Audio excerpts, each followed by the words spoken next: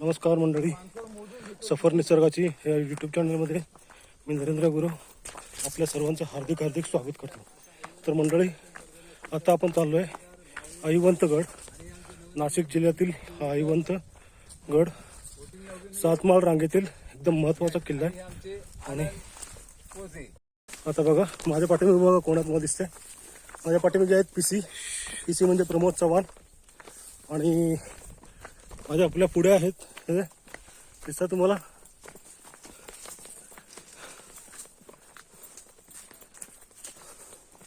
तर अशा प्रकारे आता आपण 7 माळ रांगेतील एक महत्त्वाचा किल्ला अहिवंतगड हा आता आपण करतोय. हा आपण नेहमीप्रमाणे शिखर ॲडव्हेंचर क्रिएटर त्यांच्याबरोबर करतोय. तुम्हाला आता माहिती आहे मी शिखरचा लाईफ टाईम मेंबर आहे आणि या शिखरबरोबर मला कम्फर्ट असतं, त्यामुळे मी नेहमी शिखरबरोबर ट्रेक करतो. आता आपण आलो आहे हे नाशिक जिल्ह्यातील हा ट्रेक करण्यासाठी. गावाचं नाव काय? दरी गावात. दरेगाव सॉरी.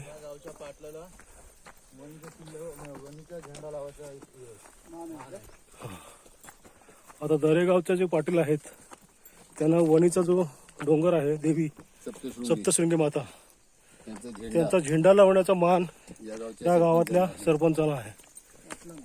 पाटलाला सॉरी सरपंच तोच पाटील ना? नाही, पाटील वेगळा सरपंच वेगळा. पाटील पोलीस.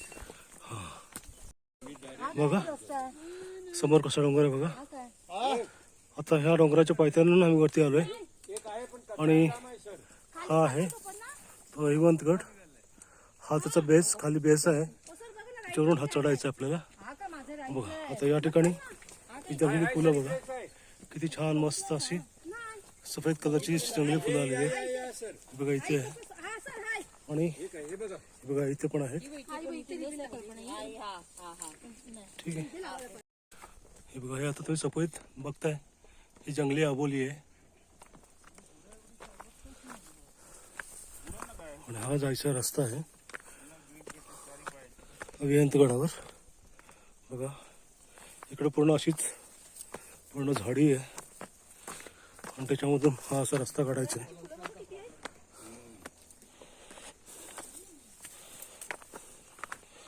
आनंद बघा हा पहिला कातळ टप्पा आपल्याला लागतो. पहिल्या जुन्या पायऱ्या इथून होत्या, जुन्या पायऱ्या इथून होत्या. ह्या माझ्या बोटासमोर दिसतात तुम्हाला, ह्या जुन्या पायऱ्या होत्या. त्या आता नंतर बॉम्ब आक्रमणामध्ये तुटल्या गेल्या. मग नंतर हा इथे बुरुज बांधला, इथून पायऱ्या बांधल्या, इथून पायऱ्या बुरुज टाकलाय. इथून आता बघा गडाच्या पहिल्या पायऱ्या सुरू होत आहेत ज्या कातळामध्ये कोरलेल्या आहेत.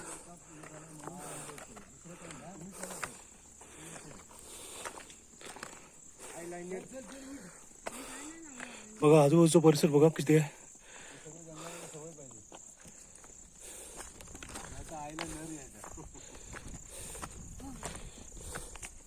ऊन जास्त आहे, दम लागतोय, हुमस पण जास्त आहे.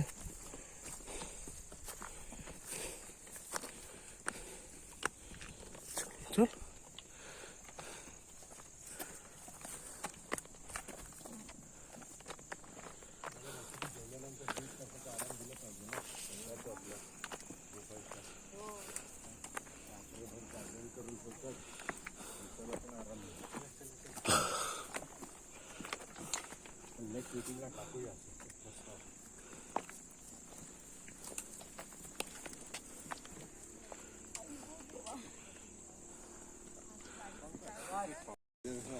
बघा या याने आपण आलो. हा सेकंड बुरुज आहे. सेकंड बुरुजवरून आलो ना की उजव्या हाताला एक पाण्याचा टाका आहे, ते तुम्हाला दाखवतो. थांब, इकडून नको जाऊस, इकडं जा. बघा या ठिकाणी पाण्याचा टाका आहे आणि डाव्या बाजून गेलं की गडावर जाण्याचा मार्ग.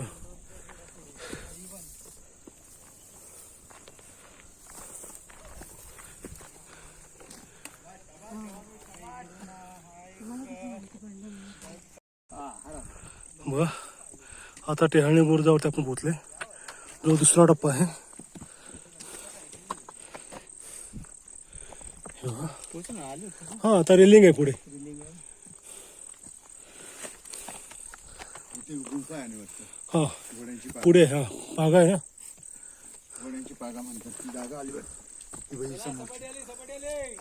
आता शिडी आहे डाव्या बाजूला.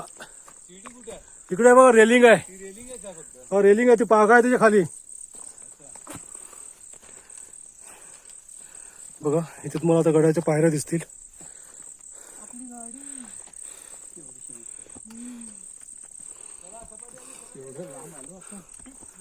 बघा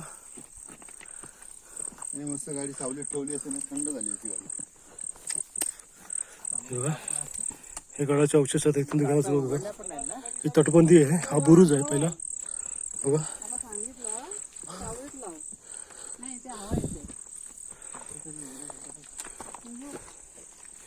हे बघा ही बुरुजाची तटबंदी तुम्ही दिसते. चला इथून हे बघा रेलिंगवर जाऊन काढता का? कुठे रेलिंगवर जातो फोटो काढ.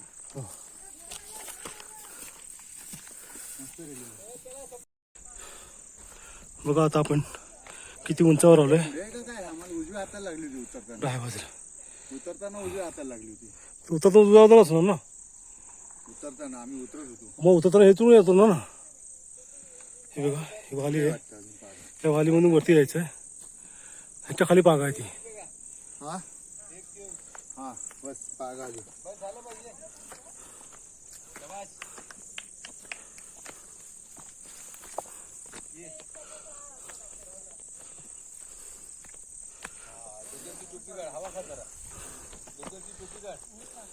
अरे काय टोपी सांगतो, गारवा लागल्यावर ऊन गायब होते. आनंद चल.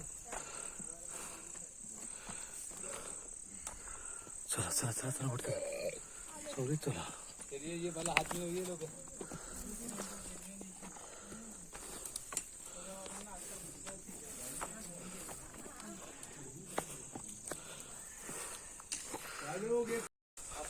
बघा आपण या टेहळणी बुरुज, हा समोर दिसतो हा टेहळणी बुरुज आहे. त्या बुरुजाकडून आपण असे आलोय. इथे आल्यानंतर पहिले इथे एंट्री होते. या एंट्री नंतर इथे बघा या गुहा आहेत. हे खांब टाके आहेत, खांब टाके आहेत. ते टाकेमध्ये हे बघा. आता आपण आतमध्ये जाऊया, आतमध्ये बघू कसं दिसतंय. हे बघा एवढं हे सैन्य लोकांना बसण्यासाठी जागा बनवलेली होती. याच्यामध्ये सैनिक राहायचे. हे घोडा मला वाटतं या घोड्याच्या बागा असाव्यात कदाचित, कारण इथे हुक खिळे मारलेले आहेत साईडला दिसते.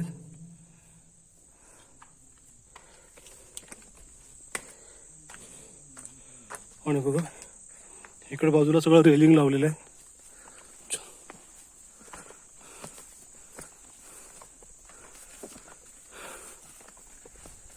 आणि ही कड्याची धार आहे. याच्या खाली सुद्धा इकडे एक गुहा आहे इथे आहे. आणि इथून पुढे आल्यानंतर पण एक आहे.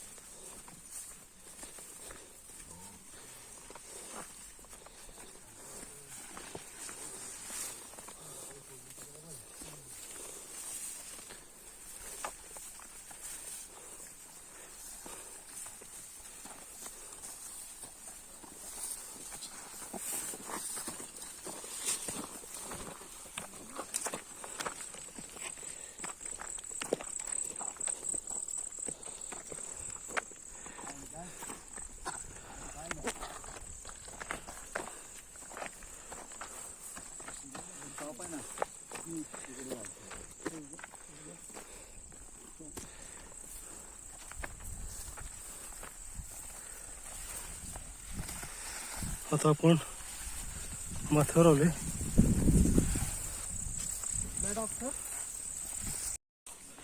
आता एवढा डोंगर आपण चढून आलोय. आता आल्यानंतर बघा तुम्ही खाली बघताय,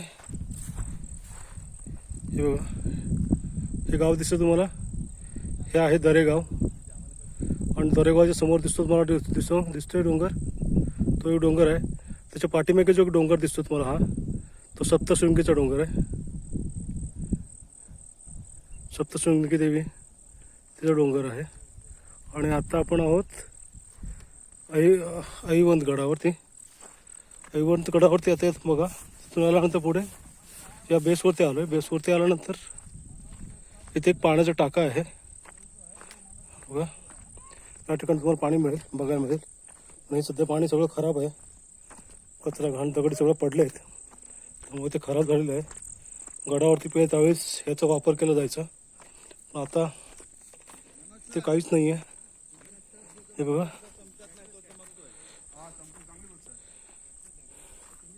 बघा समोरचा डोंगर दिसतोय तो सप्तशृंगीचा डोंगर, हा ऐवंतगड. हा हो आहेत ना, इथे पुढे वरती राहायचे ना लोक, त्याच्याच तर कोण आहेत त्या टेन्थच्या. काय म्हणताय? बिलकुल नाही. आणि आता स्वतः फोटो काढा, फोटो काढा. बघा ना, कोण फोटो काढायला सांगते? मला माहिती आता किती फोटो काढले ते. हे सगळे तंबूचे आहेत. ते झालं. फोटो किती काढले आणि कुठे काढले? हे बाजूला बाजूला बाजूला कुठे? कसलं वय याला काय म्हणतात? कॅक्टस. हे बघा निवडून काय? एक निवडुंगाची वेगळी जात आहे बघा. त्याला फुलं कशी आहेत बघा. बघा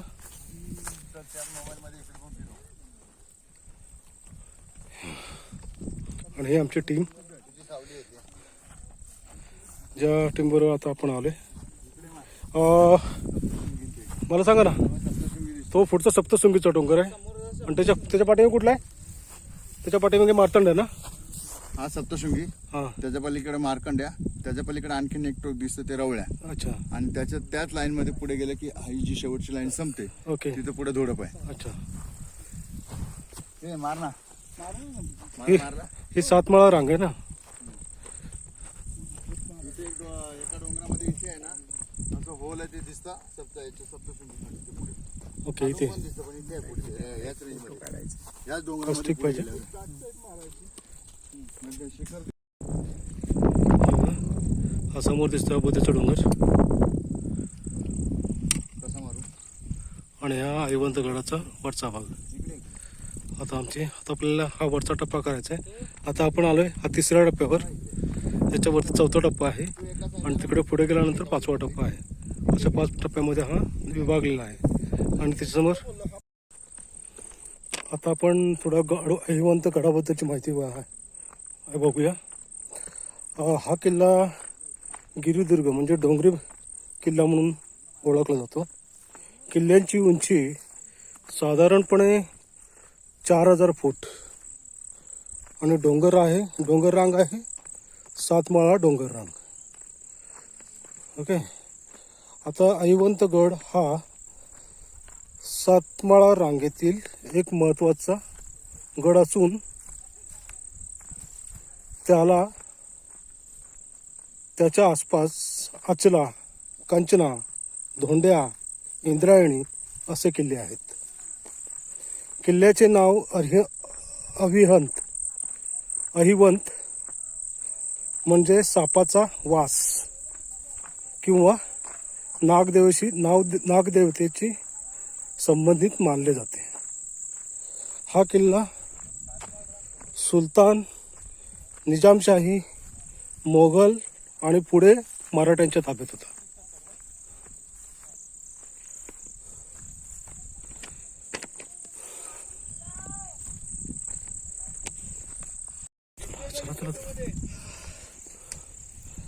ऐवंत, अचला आणि कांचना हे तिन्ही किल्ले जोडी किल्ले आहेत म्हणून प्रसिद्ध आहेत. हा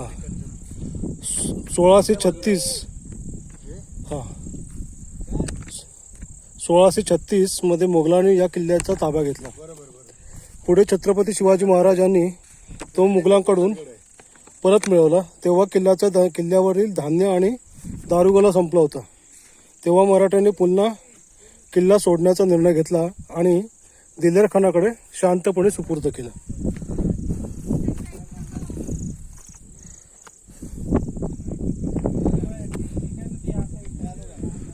बघा आता आपण चालत चालत तुमच्या सांगण्यापर्यंत आपण ह्या किल्ल्याच्या बुरुजापर्यंत आलो आहे.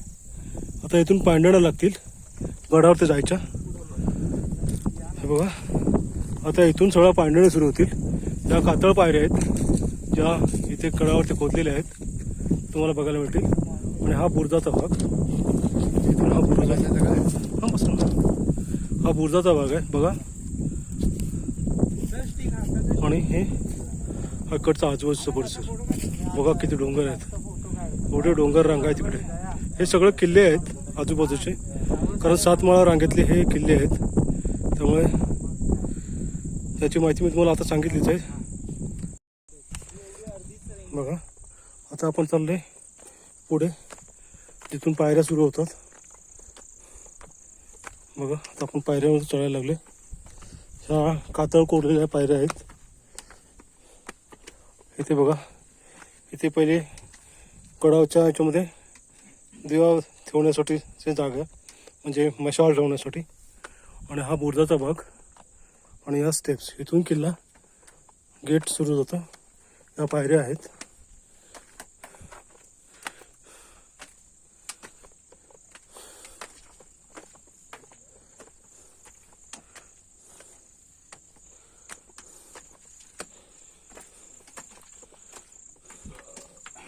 बघा कसं आहे.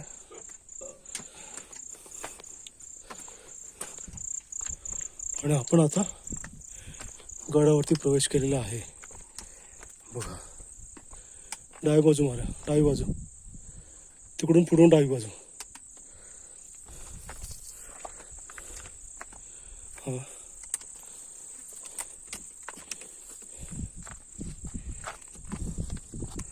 बघा हा पठार सुरू आहे. हा गडाचा भाग.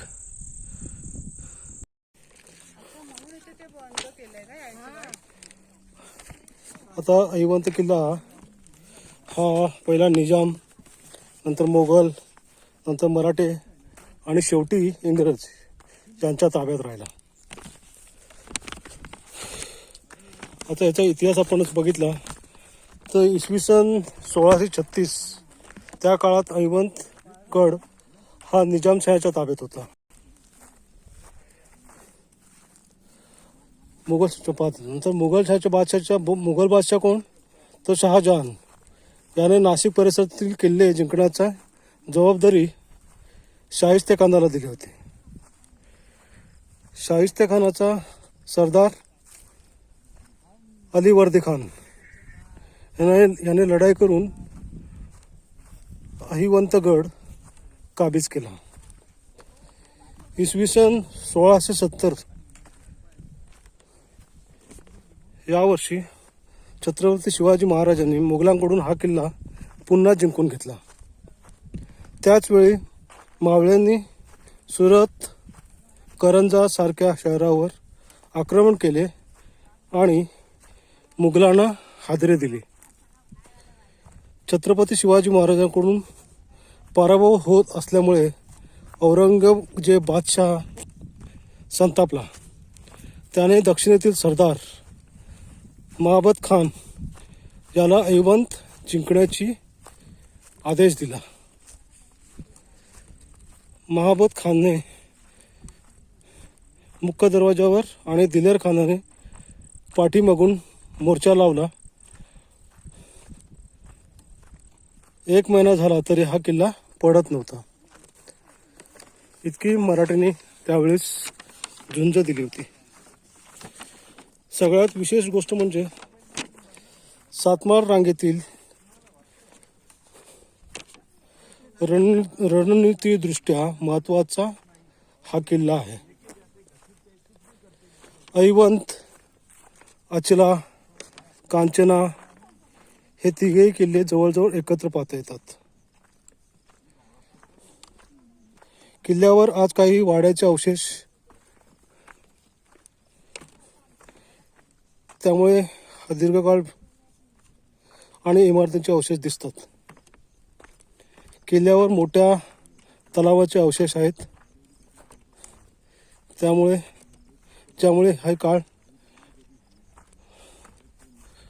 दीर्घकाळ वेढा सहन करू शकला नाही. किल्ल्याच्या कड्यांवर कातळात कोरलेल्या 2 गुहा आहेत. या गुहा वरून दिसतात. बघा इथे पाणी येत आहे थोडंसं.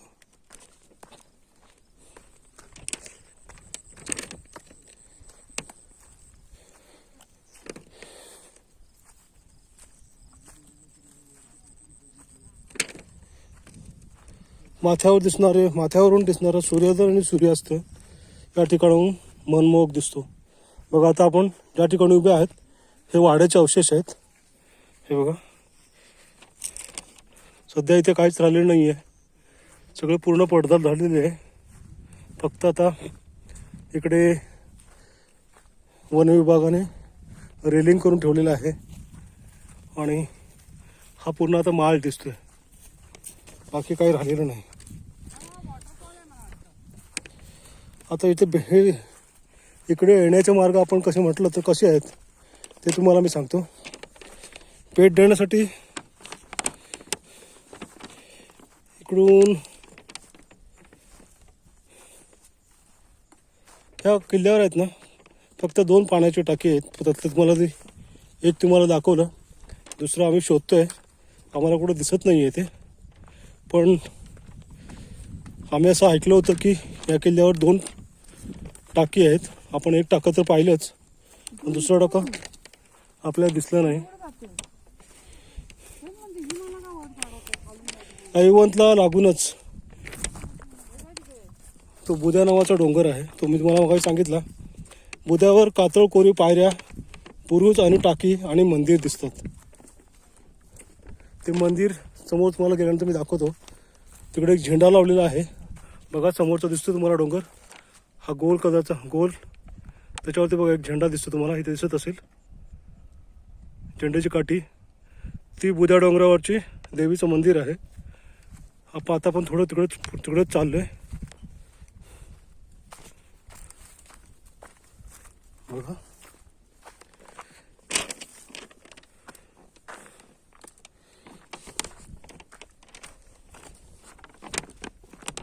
आता इकडे येण्याचा मार्ग कसे आहेत ते तुम्हाला सांगतो. आपण दरेवाडी मार्गे मुख्य मार्ग आहे आणि किंवा बेलवाडी मार्गे किंवा आचला मार्गे दगड पिंपरीहून वाट 2 तासात आपल्याला गडावर पोचवते. गडावर राहण्याची सोय नाही आहे. तिकडे सर्व पडझड झालेली आहे, तुम्ही बघताय. बाकी काही शिल्लक असं दिसत नाही आहे. हे सगळं बुरुज आहेत, बाकी काही दिसत नाही आहे. दरेगावातील गडावर राहण्याची सोय नाही आहे, पण दरेगावामध्ये मारुती मंदिर आहे. तिथे 25 ते 30 जणांना मुक्कामाची सोय होऊ शकते.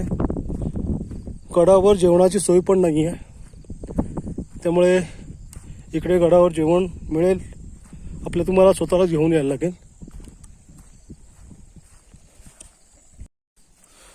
बघा गडावर राहण्याची अजिबात सोय नाही आहे. गावात जेवणाची पण सोय नाही आहे. गडावर जेवणाची सोय नाही आहे. गावात साधं जेवण मिळू शकतं, पण जेवण स्वतः घेऊन यावं लागेल आणि तिथे ते लोक बनवून देतील. पावसाळ्यात आणि हिवाळ्यात पाणी भरपूर मिळतं, उन्हाळ्यात मात्र कमी. इकडे तुम्हाला कुठे पाणी दिसतच नाही आहे, बघितलं ना तुम्ही, आता व्हिडिओमध्ये बघितलं असाल, कुठे पाणी दिसतच नाही. त्यामुळे इकडे तसं नाही आहे. पावसाळ्यात परिसर हिरवा आणि निसर्गरम्य असतो, पण वाटा आहेत त्या घसरगुंडी आहेत, निसरड्या. त्यामुळे पावसाळ्यात येणं कधी पण टाळा, कारण इकडे वारा पण जास्त असतो आणि काय म्हणतात वाऱ्याच्या वेगामुळे तुम्हाला त्याचा त्रास होऊ शकतो, त्यामुळे तोल जाऊ शकतो. त्यामुळे इकडे येणं टाळा. गड पूर्ण पाहायला किमान 3 तास लागतात. एवढा हा मोठा गड आहे. हां, कारण इकडे पाणी, तेच सांगितलं ना, इकडे पाणी, पाऊस आहे ना एकदम माथ्यावर आहे ना, त्यामुळे जोराने लागतो आणि इकडून खाली पडतं पाणी. त्याच्यामुळे हे सगळे तेच गडावरून खाली वाढणार बघा. हे तुम्हाला दिसतात, हे फाट आहेत, हे सगळे गडावरून वाहणाऱ्या पाण्याचे फाट आहेत. त्यामुळे इकडून तुम्ही कसं होत असेल ते विचार करा, पावसाळ्यामध्ये कसं असेल. आता नोव्हेंबर आहे. नोव्हेंबरमध्ये इकडे फिरतोय मी, त्यामुळे तुम्हाला इकडे बघा. आता या गडाचा तुम्हाला अंदाज आला असेल कसा आला. तर बघा, तुम्हाला समोरचा डोंगर दिसतोय, त्याच्या बेसवरून आम्ही चढलो आहे. तिथून चढलो आहे पाठीमागून आणि हा एवढा परिसर चालत झालो आहे. आता इथून येऊन हा एवढा परिसर, हा बघा, हा एवढा परिसर आहे.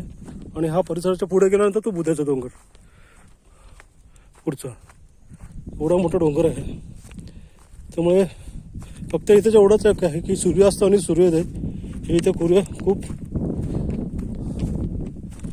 छान सौंदर्य इथे पाहायला मिळतं. फक्त त्या गडावरती इतिहासप्रेमी आणि ट्रेकर्स यांना पाहण्याची आणि फिरण्याची उत्तम सोय अशी या ठिकाणी आहे. अन्यथा या गडावर काही शिल्लक राहिलेलं नाही आहे. बघता तुम्ही, पूर्ण नेस्तनाबूत झालेला असा हा गड आहे.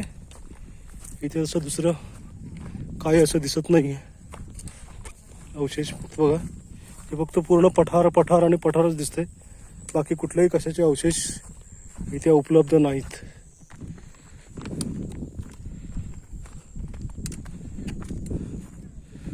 आता बघा, हा तुम्ही डोंगर पुढे दिसतोय, हा सप्तशृंगीचा डोंगर आहे.